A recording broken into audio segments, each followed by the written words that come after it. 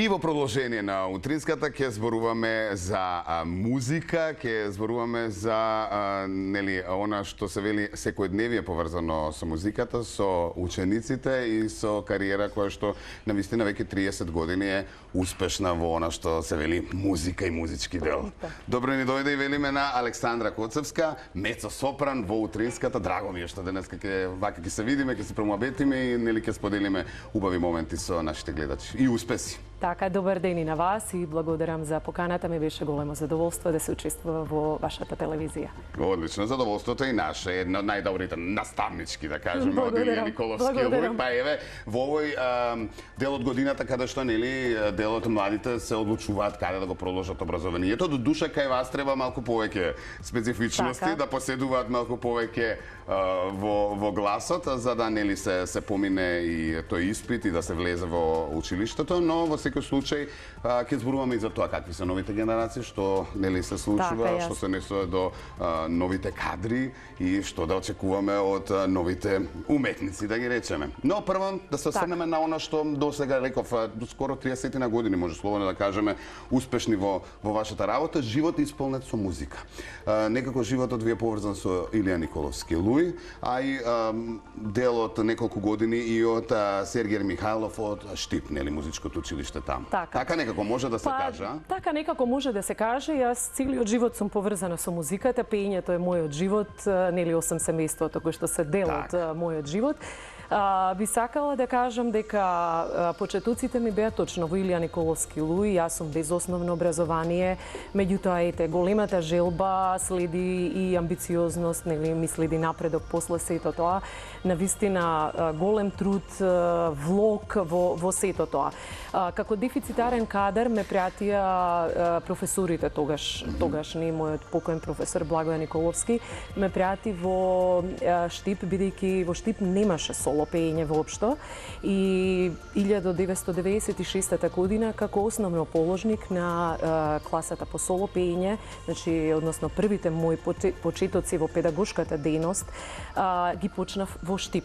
Секој уметник, односно секој дипломиран нели уметник во својата област посакува тоа што го учел. Меѓутоа тогашната би кажала распад на Југославија ме натера на нешто сосема друго, кое што не ми беше моја примарна цел во целата работа, ама ете, верувам дека желбата за да успееш и понатаму си продолжува. Многу ми е драго што навистина можеби тешко од една страна патувањето Скопје Штип Скопје беше многу тешко за жена посебно, но првите почетоци ми беа најубави би кажала. Можеби не знаев што треба да правам, меѓутоа таму се искалив како професор и застанав за да можам понатака да имам успеси.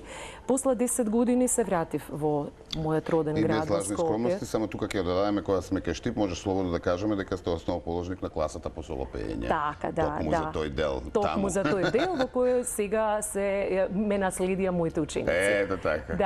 Да, така. Пота се враќате нели во Скопје? Се враќам во Скопје. Еве веќе 16 години сум веќе во мојот роден град. Така да навистина има голема плодна дејност, зборам посебно за педагошката дејност. Малце се запоставив во она уметникот јас во себе, меѓутоа тоа тлееше во мене со години и чекало време кога да почнам. Да. Рече ќе ги замолам само сите оние фотографии кои што ми ги испративте, чисто да илустрираме вака за она што го зборуваме и за делот нели дејностите кои што сте ги работеле, се она што нели и со вашите ученици сте го доживеале како успеси низ овие фотографии, а ние ќе се надоврземе и ќе зборуваме на таа тема. Оно што сакам да го споменеме, нели, бројните државни меѓународни надпревари на кои што постојано учествувате со вашите ученици. и оние бројни дипломи кои што па и вие ги имате освојувано. Па не сакам тука важна скромност и сакам навистина да споделиме, посебно за време на пандемијата и оние награди, признанија кои што и вие самите ги освојувате, да ги споделиме со нашите гледачи. Знаете како, за еден наставник збориме каде што почетоците се тие во основното, подоцна и во средното образование, збориме за идни оперски пејачи, се надевам, или концертни пејачи. Многу значи кога наставникот ќе ги носи по надпревари. Тоа е една потврда дека и они завршиле добро, меѓутоа дека и наставникот предава и дека е добар. Една мотивација и сатисфакција дека се на правилниот пат кој што е навистина тежок кога збориме за една оперска уметност. И да се види до каде се, нели? Така, и да се види до каде се. Првите почетоци ми беа значи за награди, ми беа во Штип, додека работе во Штип учениците или децата, јас како што си ги кажувам, пошто сме ние едно семејство, во моментот кое што секое дете е 4 години или 6 години, зависи од колку има нели образование музичко конкретно во соло пеењето. Знаете како, ние сме заедно, ми беа и заедно твориме, заедно правиме, ми беа токму во Штип. Тоа ми беше мотив дека децата учат и на самите надпревари, бидејќи нашата работа не е само во 4 зида во нашата училна во која што ние работиме, туку и во надвор. Значи сцената е големо школа, они се учат. Подоцна, осем што нели ги праќам по надпревари, ги праќам и по мастер класи, за да се видат. Значи не сакам да бидам себична, да кажам да, јас сум таа, вие земавте награда. Убаво е кога они ќе видат и нешто друго, ќе научат и од другите професори. Знаете како, за нив е навистина голема мотивација. Истото тоа ми се случи понатака бројни надпревари кои подоцна заради тоа што, поради тоа што земав со учениците заедно голем број први награди, лауреати за камерна музика, за соло пење. Знаете како, би кажала дека тоа ве прави некако моќен, тоа ве прави свој. Децата учат, знаат до каде се, знаат што се, знаат дека имаат верба во мене, знаат што јас ќе им кажам и веруваат. Знаете како они гледаат, они прават сето тоа што вие го кажувате, значи резултатите и наградите продолжија и во Луи. Во пандемијата ќе кажам дека навистина многу тешко. Вие знаете како една работа која што се врти на сцена, сцената е искуството или пак физичкото присуство, гласот е материја која што не може многу да се пренесе преку овие интернет служби, ке речам, или не знам како да ги кажам, веќе тие значи седите и гледате во телефонот и детето ви пее, меѓутоа морав да најдам излез некако, морав некако да ги мотивирам, затоа што ми се појави една пасивност, а јас сум амбициозен човек. Ми се појави пасивност во која што сакав на децата нешто да им покажам. И почна оние онлайн надпревари по светот. И навистина и таму се земавме бројни награди. Еве, благодарно за сите оние ученици што се во мојата класа, не би издвоила никого, они самите дипломи си потврдуваат на тоа, меѓутоа следеше голем и многу тежок период во овие година и пол. Знаете како, звукот е тој кој што ве одржува, пеењето е тоа што го одржува, а вие гледате во телефонот и ништо повеќе. Да, баш сакав, ајде некако се наметна тој период пандемиски, можеме слободно да кажеме, што за вас навистина представувал веројатно голем проблем, што како наставник, нели, за да го пренесете знаењето, а што и како тренинг за вокалите кои што не можеш па и секаде да ги направиш за вас и нели пренесување на знаењето кај учениците. Колку тоа предизвика проблем што се несува до самата настава, до пренесување на искуство, знаење кај учениците? Па проблем за онлайн наставата мислам дека предизвика кај сите нас наставниците, не само кај мене, меѓутоа конкретно кај мене. Многу голем проблем. Децата се олабавуваат. Знаете Можеш ли како да се пренесе, да речеме? Па знаете како, нешто се случуваше. Моравме да изнајдеме начин за да ги активираме децата.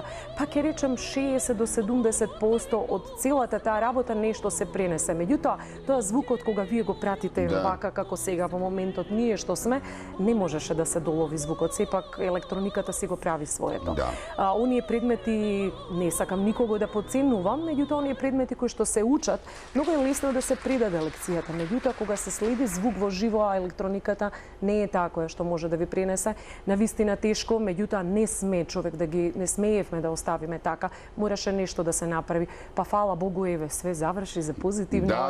Добро и оваа година се собраа децата покрај оние онлайн надпревари, се собраа еве навистина периодов, посебно второто полугодие за нас, посебно после нашиот штрајк, ќе кажам. Навистина еве со многу награди на државни надпревари, на меѓународни надпревари и така. И што за вас како професор значат, еве, да речеме, вработувањата, да речеме, на ученици кои што ги имате по Австралија, Бугарија, Франција, ученици на кои што вие сте предавале, па и голем дел и од македонската опера и балет овде кај нас?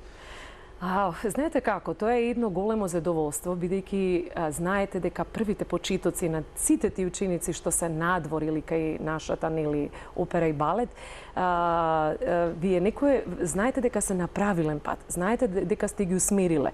Со тоа што и вие се задоволувате и знаете дека ниедно дете не е упропастено, него го носите во правилната насока. Пак ќе кажам, кај нас во нашата Македонија, по претежно зборам за нашата држава, по претежност гледаме дека естрадното пеење или народното пеење се преферира. Оперското пеење е нешто што е малце така Добро, и не е комерцијално, не можеме да очекуваме дека треба да биде на исто ниво, но дека малку се третира и малку можеме да го видиме и по медиумите, ете се и по ново модерно време на социјалните мрежи, достапно секаде, навистина тоа е така.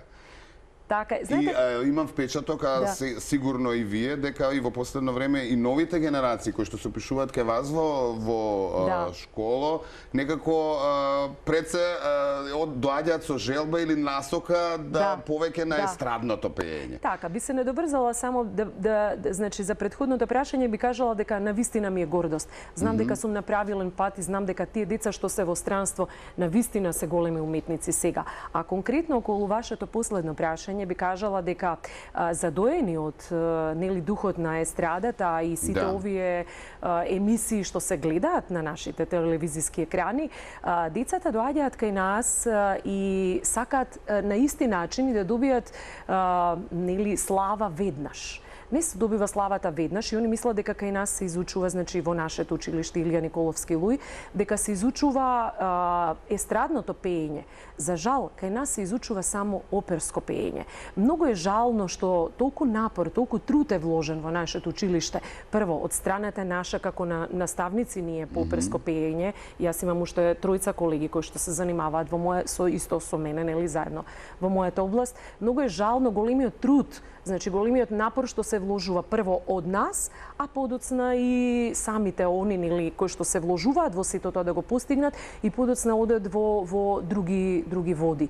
А уште пожално што кај нас конкретно можеби нема доволно такви училишта за да се изучува конкретно средно училиште за изучување на естрадно пеење, за изучување на народно пеење, па можеби и затоа сме преплавени со оние деца кои што веќе не знаат, сакаат пеење, а не знаат што се изучува. Или знае или му кажале дека има добар глас, па сака да го надогради, а нема да речеме во тој дел каде.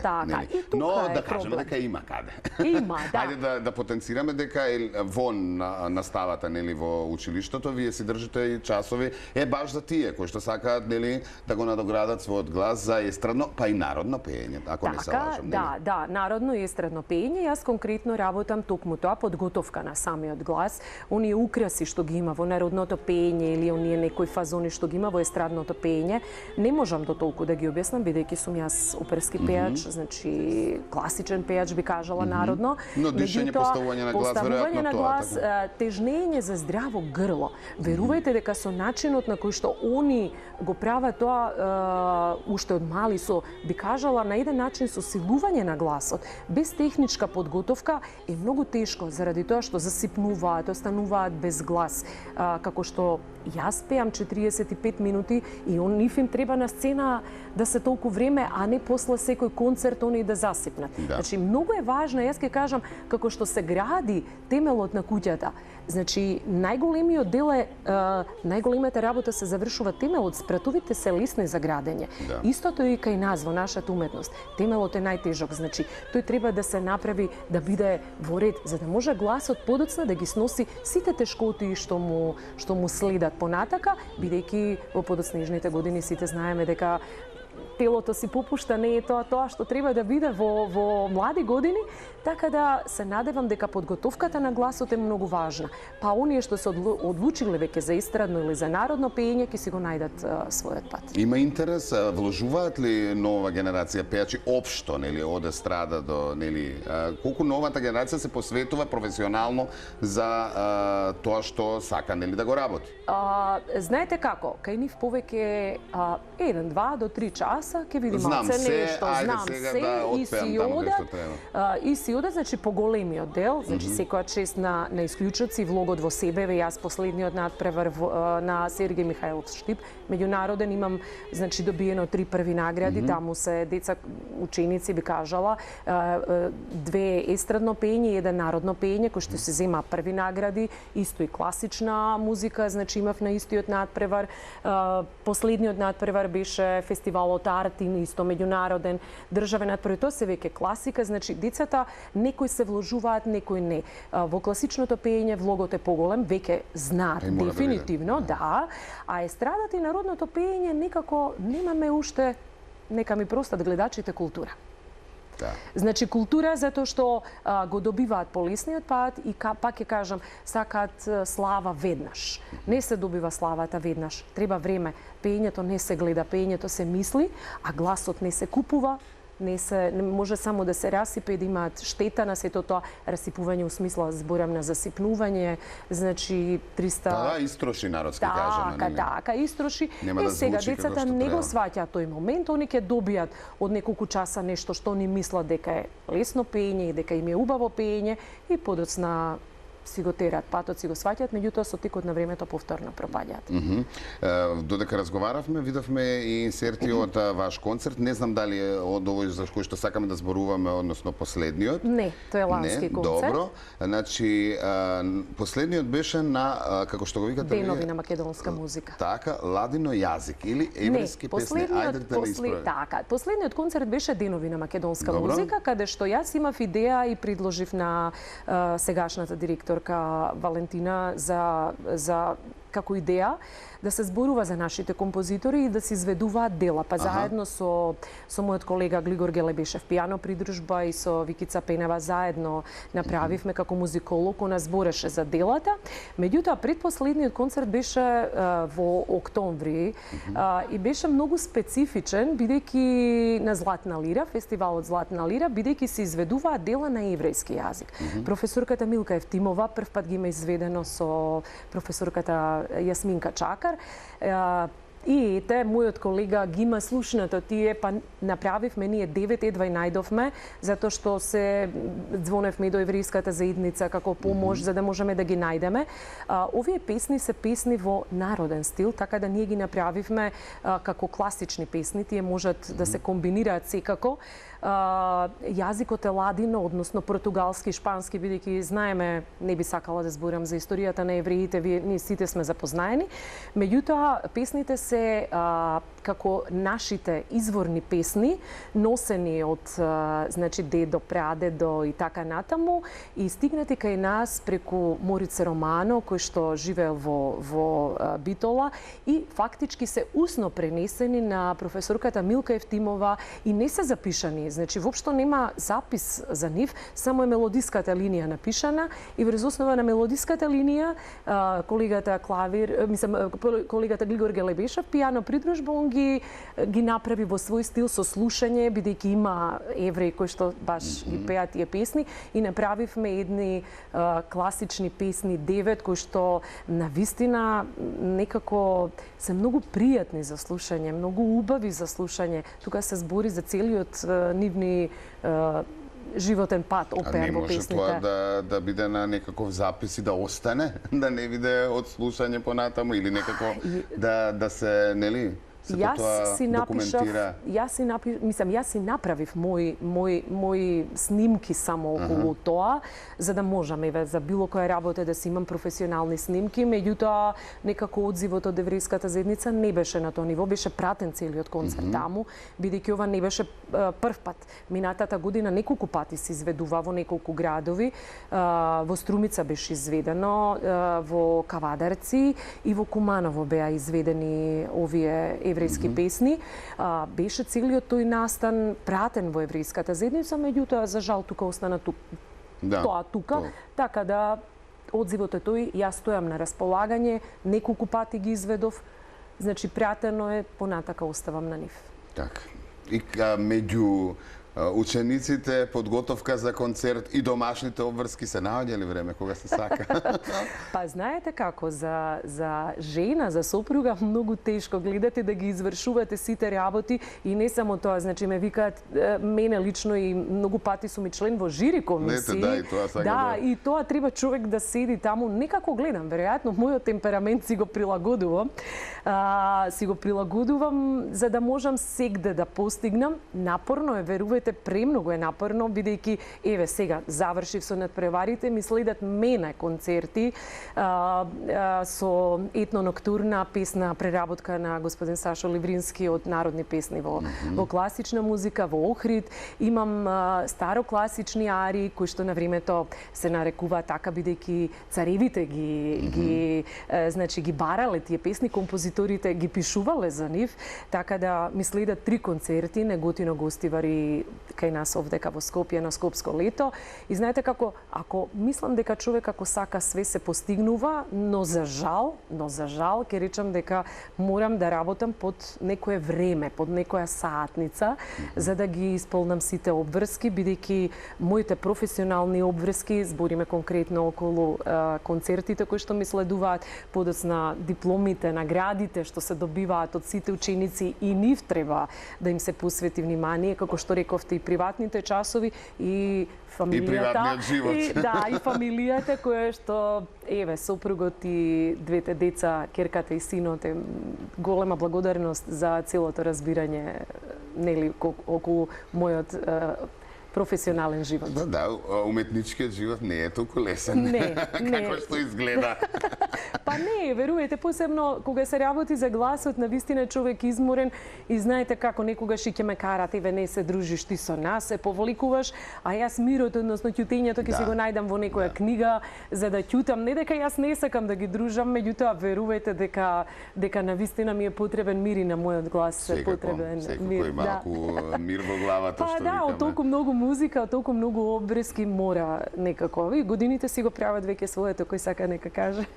Има време, ајде годините. Да, ама тоа не држи. Благодарам многу за одвоеното време, навистина. Ви посакувам многу успеси на вашите ученици, успеси со новите генерации, да имаме нови генерации, здрави генерации како што треба и да се гледаме, нели, за нови настани, случувања и нови теми. Ви благодарам, бескрено ви благодарам. Навистина ми беше големо задоволство. Многу пријатна атмосфера, позитивна атмосфера во вашата емисија. И задоволство повторно ќе кажаме да се учествува овде кај вас. Фала ви. Задоволството сепак е наше. Ајде да поканам Цеце, колешката, со онели грицките на денот. Не можеме да го кажеме оброкот на денот. Зборувавте за здрави генерации, ама ќе се служите дека новите генерации некако имаат се поголем афинитет и за здрави навики. Па ние денес во кујната имаме само здрави оброци, да знаете, така што на добар пат се новите генерации. Така е, да. Ќе пробаме откако ќе завршиме со говор. Да не јадеме пред. Што ќе говориме, Ленат? Ќе одјавиме, колешки, ќе одјаваме и се разбира ќе те испратам на одмор, ќе те испратам. Знам дека заминуваш од утре, да, Цеце на заслужен одмор, а во секој случај остатокот од тимот не се секирете, утринска ќе има во било каква комбинација ќе се реализира. Интересна комбинација и за утре 5 минути пред 7, така што бидете со Телма, разбудете се заедно со нас. Ти одмори се добро. Така е, да, ќе биде немој да се секираш за мене, Ненад. Се ми е испланирано каде ќе го сончам и што ќе правам. Не се само пази на сонцето. Да, внимавајте и вие на сонцето, внимавајте и на временската прогноза која што ни е најавена за попладнивните часови, особено метеопатите можат да страдаат, но како и да е, најдете убави нешта кои што ќе ги правите до крајот на овој ден и не забравяйте и утре 6 часот и 55 минути да си пуштите Телма, утрешното издание ќе биде со Ивана и со Марко. Јас и Ненад ќе ве поздравиме. Ќе одјаваме. Ќе одјаваме некаде. Чао Македонија, уживајте во остатокот од овој ден. Чао. Ајде, се гледаме.